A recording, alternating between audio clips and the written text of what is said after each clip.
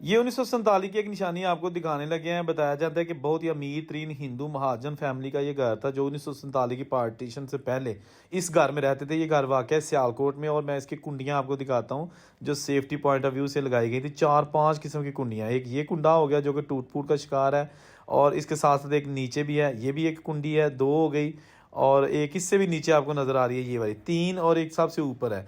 4 कुंडियाँ लगाई गई थी जब ये घर बनाया गया था।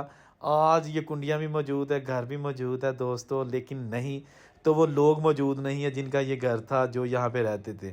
आलीशान किस्म के चुबारे जो हिंदुओं ने बनाए थे, आज बेबसी की तस्वीर बने हुए बैठे हैं क्योंकि बहुत सारे ऐसे घर हैं जो अब खस्ता-हाली का शिकार हैं और उनमें कोई भी नहीं रहता। उसकी रीज़न ये है कि ये बहुत पुराने घर है, 150-150 साल पुराना घर और वक्त के साथ साथ अब ये झरोखे जो है ना ये नाकाबिले इस्तेमाल हैं, इसलिए गवर्नमेंट ने इन घरों को खाली करवाया हुआ है ताकि किसी भी वक्त कोई छत नीचे ना गिर जाए और जानों का नुकसान ना हो सके। ये घर उन लोगों को अलाट किए गए थे जो मुसलमान 1947 को इंडिया वाली साइड से पाकिस्तान आके बसे थे।